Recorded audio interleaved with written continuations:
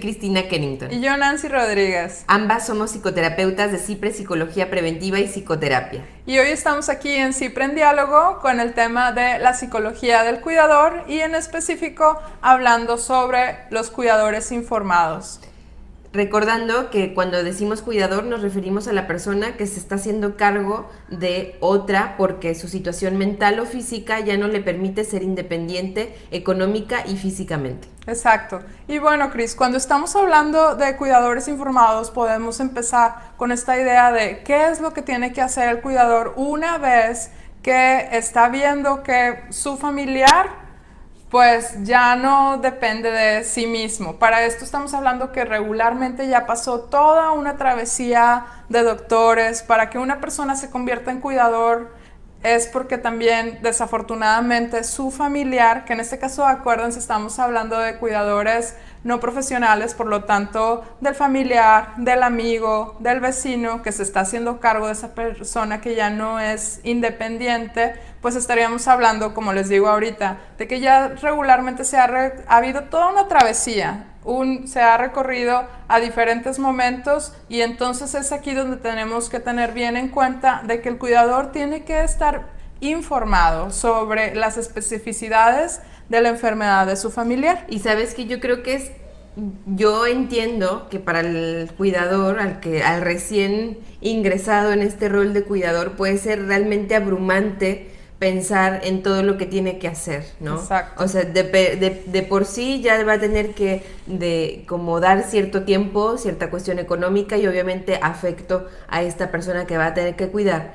Pero aún así necesitamos que reúnas un poco de la energía que te queda ahorita y entre más temprano posible mejor, que seas un cuidador informado y te puedas realmente acercar con los médicos que están atendiendo a tu familiar, que entiendas cuál es el pronóstico, cuáles son los cuidados necesarios y cuáles pudieran ser las cosas que pudieran mejorar el pronóstico. Y que cuentes como cuánto dinero y tiempo, con cuánto dinero y tiempo cuentas para realmente como hacer algo al respecto. Y no nada más necesitas informarte con los médicos. También te recomendaríamos muchísimo que te acercaras con un psicólogo y que le explicaras cuál es tu situación nueva para que él o ella te pueda como guiar en cuanto a los cuidados protectores para ti y tu bienestar, así como para el enfermo o la persona dependiente a la cual estás cuidando.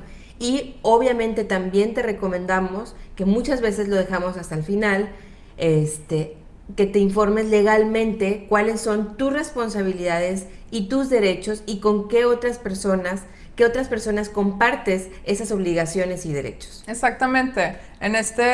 Justo en esto que dices de con qué otras personas compartes, ya en un bloque anterior hablábamos de que hay diferentes cuidadores y esto va a ser bien importante que la persona que está siendo el cuidador primario pues pueda compartir hasta dónde sí va a estar haciendo qué función, y es ahí donde entramos también en esta parte de al estar informado, es informado de nuestros propios límites si estamos siendo cuidadores, hasta dónde vamos a llegar. Esta parte de ponernos de acuerdo, de informarnos con el psicólogo, con el médico, con el abogado, es también entre cuidadores. Tenemos que estar informados, que es una parte, se me hace tan realmente difícil, porque aquí es donde pega muchísimo. Imagínate que entra un familiar, que voy a poner el mismo ejemplo que antes, en el bloque anterior, la madre enferma o el padre enferma, entonces se mueve la dinámica familiar de una manera no esperada y va a ser muy muy importante, y es aquí también donde sugerimos esta situación de venir con el psicólogo, en donde poder empezar a ver cómo se va a ir dando la nueva dinámica familiar. Claro. Y en la medida de lo posible también como incluir a la persona que requiere como ese cuidado, ¿no? Claro. Porque a lo mejor ella o él puede echar mano de algún recurso o económico o un familiar o a lo mejor sabe de algo, especialmente si todavía sus capacidades se lo permitan, que nos permita saber realmente con cuánto contamos.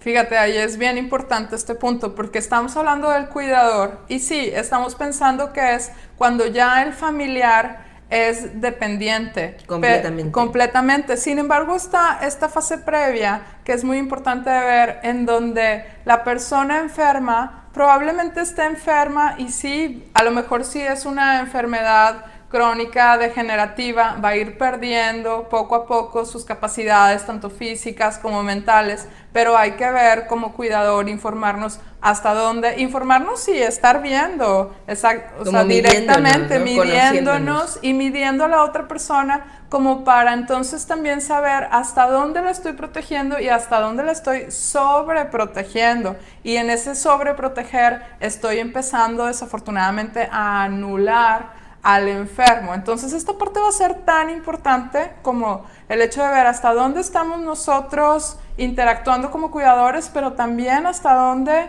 estamos permitiendo que la persona que está enferma y que también está empezando a vivir una situación bien difícil porque es un duelo propio, hasta dónde esa persona también tiene la posibilidad de seguir, de tener sus actividades del día a día, cómo van a ir pues teniendo menos capacidad. Pero entonces ahí hablamos de la protección y de la sobreprotección, de ver hasta dónde. Sabes que para mí la frase que lo podría como explicar muy bien lo que acabas de mencionar es: la ayuda no requerida estorba, ¿no? Okay. O sea, entonces ahí es donde entra la sobreprotección. Cuando yo estoy proporcionando una ayuda que no es requerida, entonces ahí lo que sucede es, como tú lo mencionas, anulas al otro, sí, ¿no? Entonces, y más en una situación como la que estamos describiendo, donde hay una enfermedad mental o una enfermedad física que ya está empezando o que ya perjudicó como ciertas habilidades, es sumamente importante que las habilidades que aún se tengan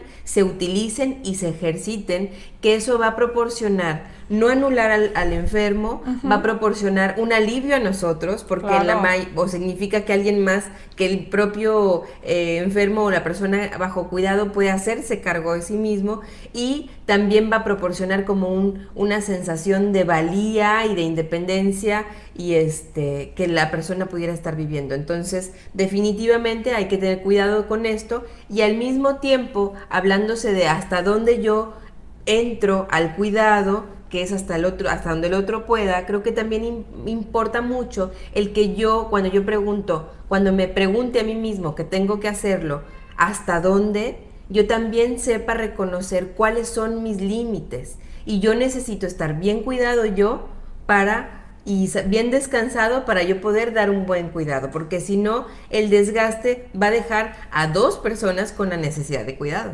exacto. Y esta parte de hasta dónde yo nos parece, y a lo mejor vamos a estar repitiendo, pero es donde también entra esta opción de ir a terapia, porque realmente es en terapia uno de los espacios, no podría decir que el único, uno de los espacios donde podemos reflexionar, podemos ir dándonos cuenta de cómo nos estamos sintiendo, de cómo estamos viviendo la situación, y entonces ir poniendo límites más sanos. Y bueno, también va a ser muy importante en este sentido de ser cuidadores informados, darnos oportunidad de acercarnos a redes de apoyo. Claro, sin duda alguna.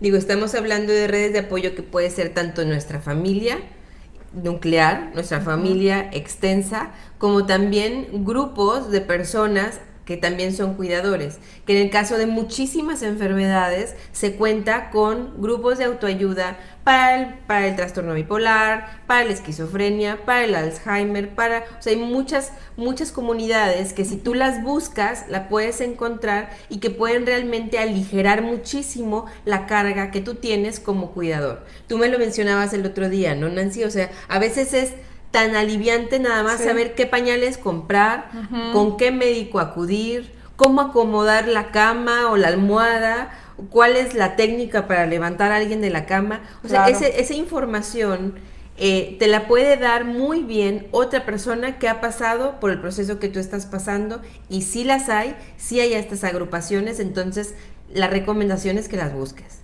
Exacto. Y bueno, en esta parte también de ser cuidadores informados, entra una situación pues que no va a ser nada fácil de ir elaborando, pero que sí la tenemos que reflexionar, analizar, que es cuando como cuidador empiezo a tener sentimientos ambivalentes. Hasta dónde me siento bien y hasta dónde no con esta situación de que estoy cuidando a un familiar. Exactamente, sí. Yo creo que para cualquier ser humano es una cuestión como compleja el vivir la ambivalencia, ¿no? Y bueno, nos vemos en el próximo video en donde vamos a seguir hablando de este tema.